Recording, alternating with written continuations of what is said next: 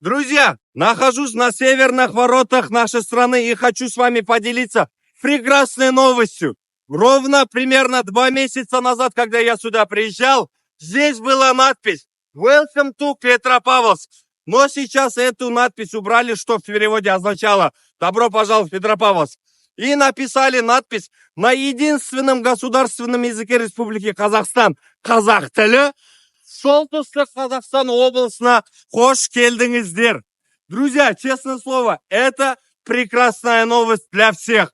И этим моментом воспользовавшись, я хочу поблагодарить всех жителей этого прекрасного города за то, что они, невзирая на свою национальность и невзирая на каком языке они разговаривают, все поддержали идею, что на исконно казахских землях, особенно на земле Батыров и Яканов, солтүстік Казахстан области, все надписи должны быть именно на государственном языке казах тілі.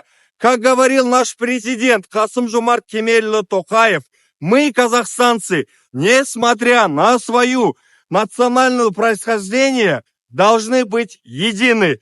Эта надпись тому подтверждение. Достар, солтүстік Қазақстан облысынан жалынды сәлем.